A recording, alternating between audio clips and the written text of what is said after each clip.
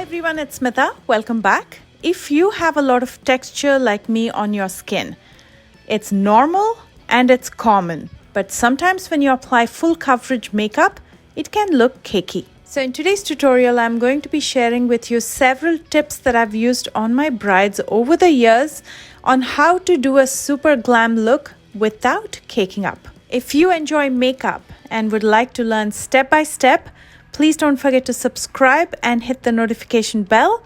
And now without further delay, let's begin.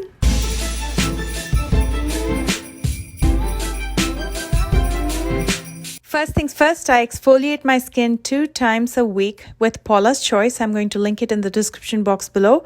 And I also use a moisturizer on my skin before I hit the bed every night.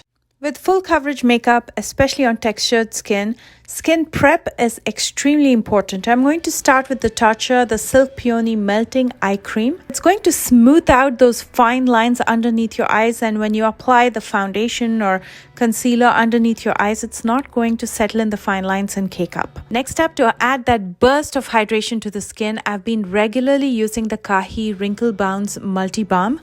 If many of you didn't know, I'm going to be 44 this year and I've been so focused on skincare more than makeup.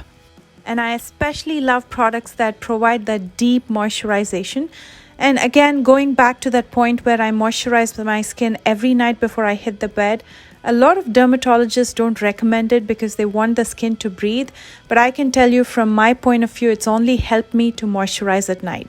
You know your skin, you know what works best for your skin, so I would recommend doing something that your skin demands. Much of the texture that we have on our skin can be due to acne, it can be fine lines, and it can be pores.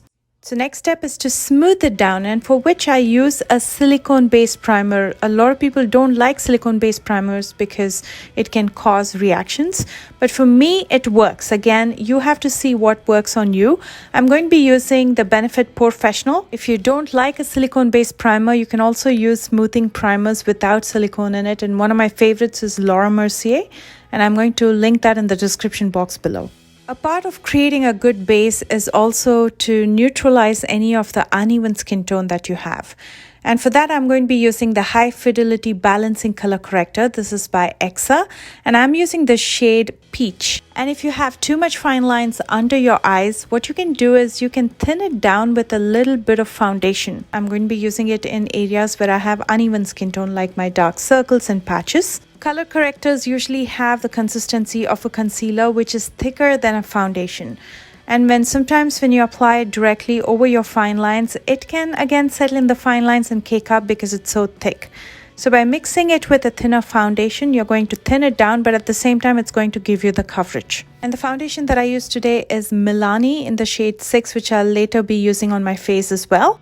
Now that we've smoothened and evened out the skin, I'm going to be using the foundation. I'm going to be applying it right to the center of my face, and then with the Real Techniques foundation brush, I'm going to spread it out outwards. If you apply too much foundation in the circumference of your face, then it's going to get into your hairline and start looking odd. And if you're looking for full coverage, I would highly recommend using a flat top kabuki brush or a flat foundation brush. The one that I'm using is my absolute favorite by Real Techniques. This is a drugstore brush, not too expensive, but it goes a long way. I absolutely love it. And the way I'm applying the foundation is by pressing it in. As you can see, I'm not dragging the brush because you don't want the brush bristles to pick up the products from underneath and mix it with the foundation. Instead, when you press it like a sponge, it's going to settle on top of your skin. It's going to cover up any pores, and it's going to give you that flawless full coverage. When you have more mature skin, or if you have a lot of texture, your best friends are cream products, not powder. So to contour my face, I'm going to be using a cream contour stick by Westman Atelier. This is in the shade Truffle. They don't have the shade anymore, but the closest shade to this is Biscuit, which I'm going to link in the description box below. I'm going to use this to add some color and dimension to my face, because if you just apply a foundation, it's going to start looking flat because it's one color. And usually our face has multiple colors because of the shadow that's casted on the face. And for that reason, after you've cleaned out the base and it looks evened out, it's time to add some color to your face, especially in areas where the shadows are casted. To conceal and highlight, I'm going to be using two different shades of concealers by Milani in 145 and 135. Starting with the shade 145, which is the closest match to my skin tone, I'm going to be using the tiniest amount in the innermost corners under my eyes and on my lids. And I'm going to be using the lighter shade, which is 135, to highlight the high planes of my face, which is mostly going to be my forehead, my cheekbones, my jawline, the bridge and tip of my nose, as well as my chin. And again, I'm using the tiniest amount of everything. I don't want to layer up too much, because when you apply too much product is when it starts to look patchy and cakey. So to avoid that, just use the right quantity. Also, if you don't have dark circles, you don't have to use the concealer under your eyes. You've already used the color corrector with the foundation. That should suffice. But if you have darker under eyes like me, then you can use the tiniest amount in the innermost corners, because that's where it's going to be the deepest, and that's all you need. Just the tiniest amount. And to blend out the concealer around my eyes, I'm just using a flat shader brush, because it's easier to use smaller brushes in hard to reach areas or corners. You can also use a concealer brush if you prefer. You know your face well. You know where the concealers and the foundations can settle in the fine lines and crease. Now, those are the areas that you can lightly set with a translucent powder. The one that I'm using is from Pixi. Now, when I choose a powder, I try to choose something that is very finely milled. And the Pixi translucent powder is one such. I'm just taking it with a powder puff. This is a dry powder puff. And I'm going to gently press it in areas where I feel like the concealer might crease on my face, which is mostly underneath my eyes, around my nose and mouth. Once I've done that, I'm going to take a large powder brush. I'm going to take very little powder, dust it off so there's very little residue left on the brush. I'm going to pretty much use it to blot my face. And I'm going to avoid areas where I have the pores, which is mostly on the sides of my cheeks. I'm going to avoid those areas and set the rest of the face. Next, I'm going to lock the base makeup. And for that, I'm going to be using a setting spray. This is the Benefit Professional. Rather than spraying it directly on the face, I'm going to wet a sponge. This is a dry sponge, so I'm just spraying it over that so it's completely drenched and it expands in size. And then I'm going to press the sponge directly all over my face. What this will do is it'll obviously lock the base makeup in. Also, it's going to absorb any of the excess product that's sitting on the outer layer of your skin, which you don't need. It's going to melt all the powders and give you more like a skin finish. So you will have the full coverage, but at the same time, it's not going to look powdery or cakey or patchy. From the Patrick Star One Size Made for Shade Bronze and Sculpt Trio palette, I'm just mixing all the colors and I'm going to lightly go around the perimeter of my face. Again, that's going to help add some extra color to the face, giving more dimension.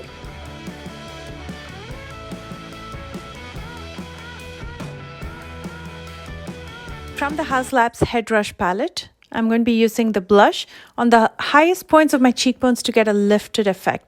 And when I choose a blush, I pretty much always go with something that is matte. I don't like anything with shine because that's going to emphasize the texture. Speaking of shine, I do use highlighters, but I use it in a way that it doesn't emphasize texture because I avoid areas where I have texture.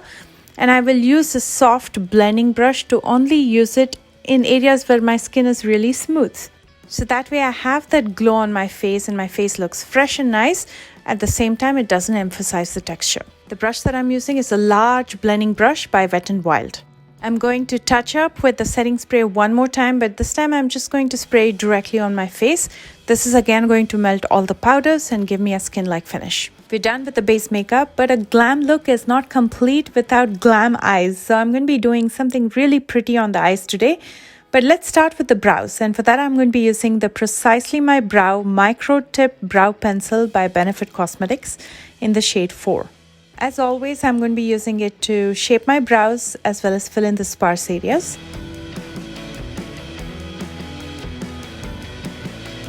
For an eye base, I'm going to be using a gel liner today. This is by Inglot. Here's where my eye socket is, and I'm going to be using the gel liner lower than that. So I'm going to start with my lash line and go all the way upwards, but I'm going to keep it lower than my socket area. So when I blend out the edges, it'll go up to my socket. I'm just using a flat shader brush to apply it. I'm using only one side of the brush to apply the gel liner, and after I've applied it, I'm going to turn the brush around. With the cleaner side of the brush, I'm going to buff out the edges, and that'll soften it and take it all the way up to the socket.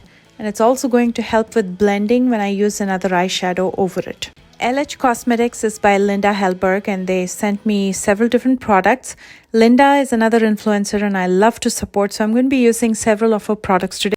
This video is not sponsored, but I just love to help other influencers because I know how much time and effort goes into all this. And it's a small community and an industry, and there's so much positivity in here. And whenever I can help, I want to. From the color palette, I'm dipping into the shade brown to soften the edges of the black gel liner that I just used. I'm using the 303 brush from the LH Cosmetics brush set. I'm going to press it in the socket area, so that's going to pack some color. And then using a blending brush by Wet n Wild, I'm going to buff it out and soften it.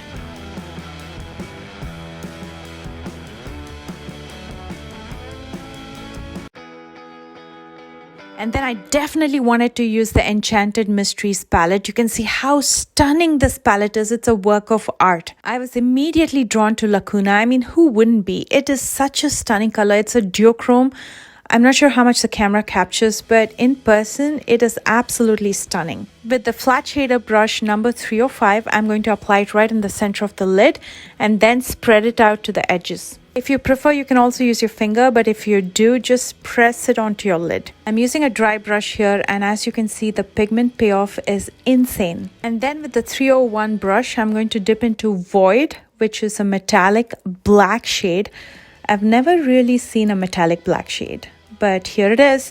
So I'm going to be using it in the outer and inner corners, blending it with the green shimmer. I'm going to clean up the outer corner edge with some powder and a dry sponge before using the brown eyeshadow in my lower lash line.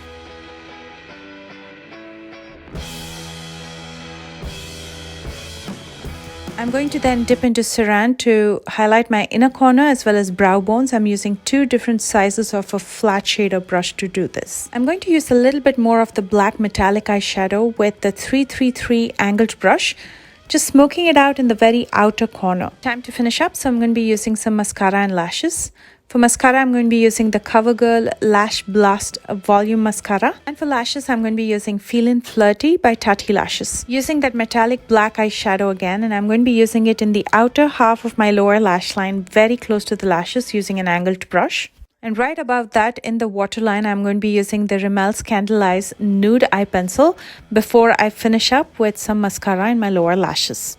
By using that nude eye pencil, it's going to make your eyes look bigger and brighter. It's almost going to give you that doll-eyed look. Here's the completed eye look. I just love how beautiful this turned out.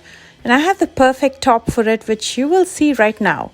For lipstick, I'm going to begin with the City Lips lipstick in Pink Taupe. This is a matte lipstick, and I'm going to be using this as the base lipstick.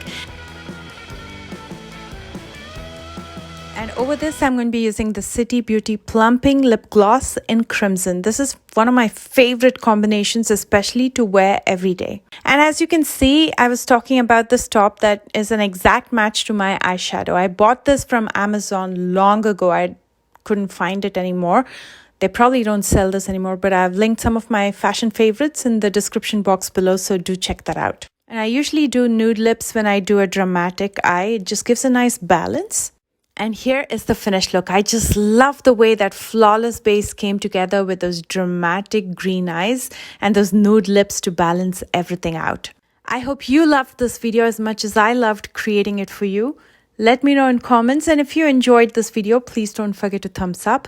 Again, if you're new here and if you love makeup, please don't forget to subscribe to watch more videos like these, and do check out the description box for all the good stuff. Stay tuned for another video if you have pores and textures. This is the double priming method coming up right after this video in the end screen. It's a pretty cool video, so do check that out.